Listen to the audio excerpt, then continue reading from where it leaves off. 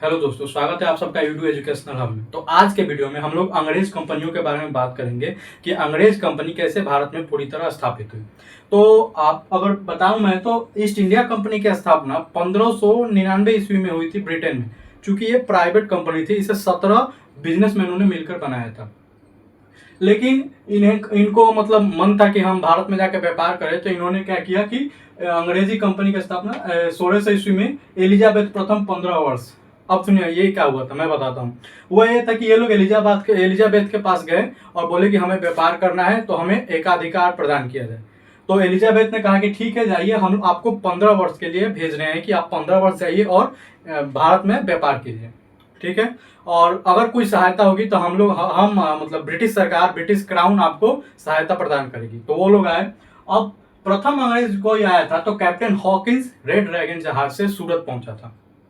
अब ध्यान देने बात यह है कि ये लोग 1608 ईस्वी में आए सूरत, और अंग्रेज इतने चालाक थे कि 1609 ईस्वी में जहांगीर के दरबार में पहुंचे, क्योंकि उस समय मुगल शासक जहांगीर था। और 1609 ईस्वी में जहांगीर के दरबार में पहुंचकर हॉकिंस जो रहता है वो बात करता है फारसी भाषा में, फारसी और तुर्की भाषा में। तो औरंगजेब जहांगीर जो रहता है वो बहुत खुश हो जाता है कि भाई कैसा अंग्रेज है कि ये हमारी भाषा में बात करता है। वो इतना खुश होता है कि हॉकिंस को 400 के मनसबदार पर रख लेता है। ये एक पद होता है, उस पर रख लेता है। अगर बात करें कि आप लोगों ने सुना होगा कि 1613 ईस्वी में अंग्रेजों ने अपनी अस्थायी कंपनी सूरत में स्थापित की।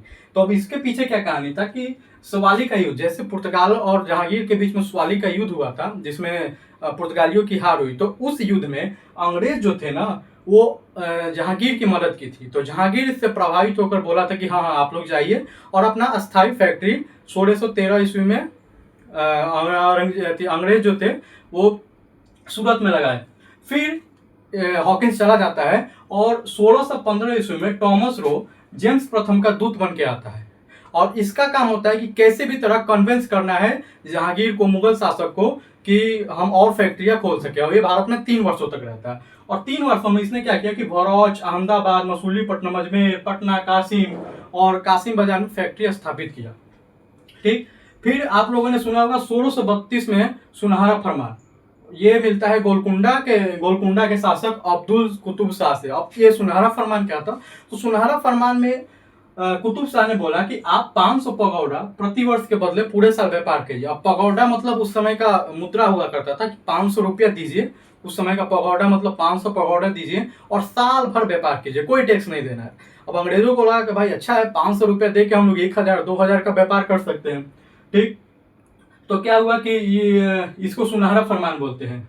और बात करते हैं उस समय। तो उस समय पुर्तगाल और अंग्रेजों में हमेशा युद्ध होते रहता था, क्योंकि उस समय यूरोप में उन दोनों देशों के बीच युद्ध होता था और यहाँ भी होता था। तो यहाँ पे 1661 ईस्वी में क्या हुआ ना, 1661 ईस्वी में ब्रिटेन के राजा चार्ल्स द्वितीय और पुर्तगाल की राजकुमारी कैथरीन से दोनों का शादी हो गया।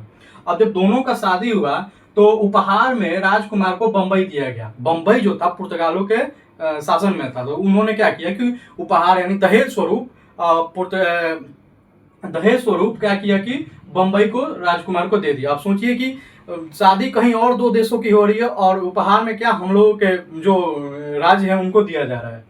तो 1668, अब शादी के 7 साल के बाद 1668 ईस्वी में ईस्ट इंडिया कंपनी को चार्ल्स द्वितीय ने क्या किया कि 10 पाउंड के वार्षिक बदले के लिए बंबई को दे दिया। मतलब ईस्ट इंडिया कंपनी को बोला कि हाँ ये लीजिए, आप हमको 10 पाउंड साल का दीजिएगा और व्यापार कीजिए इसमें। ठीक। उसके बाद 1687 ईस्वी में सूरत से मुंबई मुख्यालय कंपनी का गया। कंपनी क्या था ना कि अपना मुख्यालय हमेशा चेंज करता रहा। पहले आपका सूरत था, फिर मुंबई था और फिर कोलकाता ले गया, फिर लास्ट में 1857 के क्रांति के समय दिल्ली में था। तो हमेशा ये लोग चेंज करते रहा। अब 1688 में एक घटना हुई। 1688 में चूंकि औरंगजेब शासन कर रहा था, मुगल शासक। तो जब औरंगजेब शासन कर रहा था ना, तो ताप्ती नदी पर एक सर जॉन चाइल्ड नाम का जो अंग्रेज था, उसने क्या किया, औरंगजेब के जहाज को लूट लिया। अब औरंगजेब का जहाज को लूट लिया तो इससे औरंगजेब बहुत क्रोधित हुआ, भाई हमारे देश में तुम लोग व्यापार कर रहे हो और हमारे जहाज क्यों लूट लिए रहे हो। तो क्या हुआ कि औरंगजेब ने आदेश दिया कि सारे अंग्रेजों को यहाँ से भगा डालो। फिर क्या हुआ कि अंग्रेज जो थे वो रणनीति बनाकर आए और माफी मांगे और 17,000 पाउंड दंड के रूप में औरंगजेब को अंग्रेजों ने दिया। उसके साथ औरंगजेब ने शर्त लगा कि ये जो सर जॉन चाइल्ड नाम का अंग्रेज है इसको भारत से निर्वासित करो। तो पहला कोई अंग्रेज जो भारत से मतलब निर्वासित हुआ था वो था सर जॉन चाइल्ड। इसके नाम से ही लगता है सर जॉन चाइल्ड, यानी बच्चों की बुद्धि वाला काम किया था।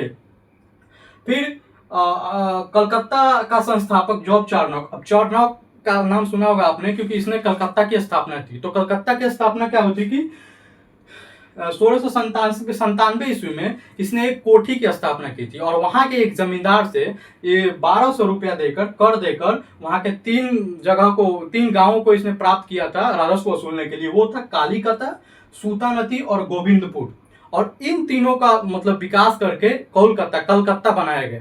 ठीक, और वहीं पे फोर्ट विलियम का स्थापना, फोर्ट विलियम जो है फोर्ट, और वहीं पे फोर्ट विलियम नाम का किला बनाया गया।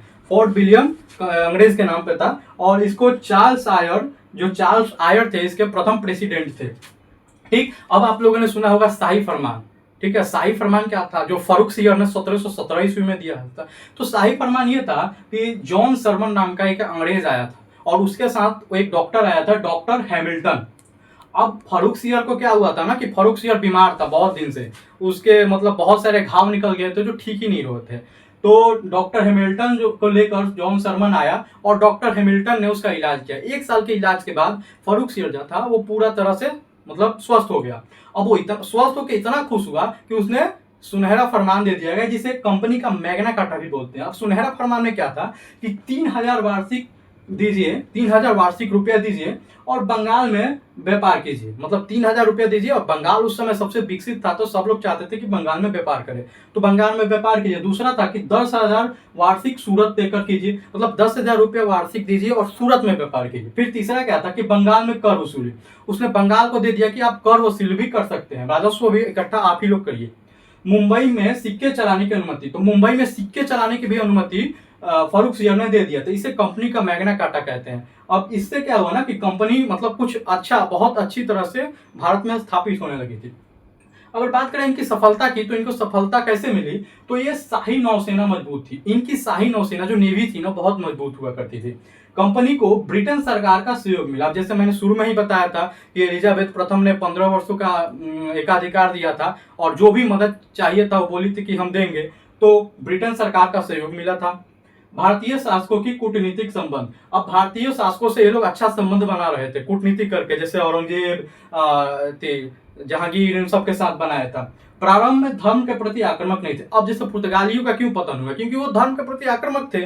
वो ज्यादातर ईसाई बनाने में, धार्मिक सहिष्णुता में ज्यादा विश्वास रखते थे। औरंगजेब ऐसा और ये अंग्रेज जो थे धार्मिक क्रियाओं के प्रति आक्रामक नहीं थे। अब इनका क्या हुआ, 1813 ईस्वी में जो चार्टर एक्ट हुआ ना, चार्टर एक्ट आया, उसमें ईसाई मशीनरी को बोला गया कि अब आप भारत में जा सकते हैं और भारत में जाकर ईसाई धर्म का प्रचार कर सकते हैं। और चौथा था अन्य कंपनियों की कमियां। अन्य कंपनियों की कमियां को भी हम लोग एक सफलता में इनका गिना जा सकता है। जैसे में उन लोगों के पास अच्छा सैनिक शासन नहीं था, ये सब। अगर पटना में बात करें तो अगर पटना में 1620-21 में इन लोगों ने प्रयास किया था, 1620-21 में इन लोगों ने प्रयास किया था कि पटना में भी फैक्ट्री खोला जाए, लेकिन 1651 ईस्वी में इन्हें सफल फैक्ट्री लगाने में सहायता मिली और वे सफल भी हुए। तो ये था अंग्रेजों के बारे में। और तो वीडियो कैसा लगा कमेंट करके बताएं और लाइक और सब्सक्राइब और शेयर करना ना भूलें। धन्यवाद।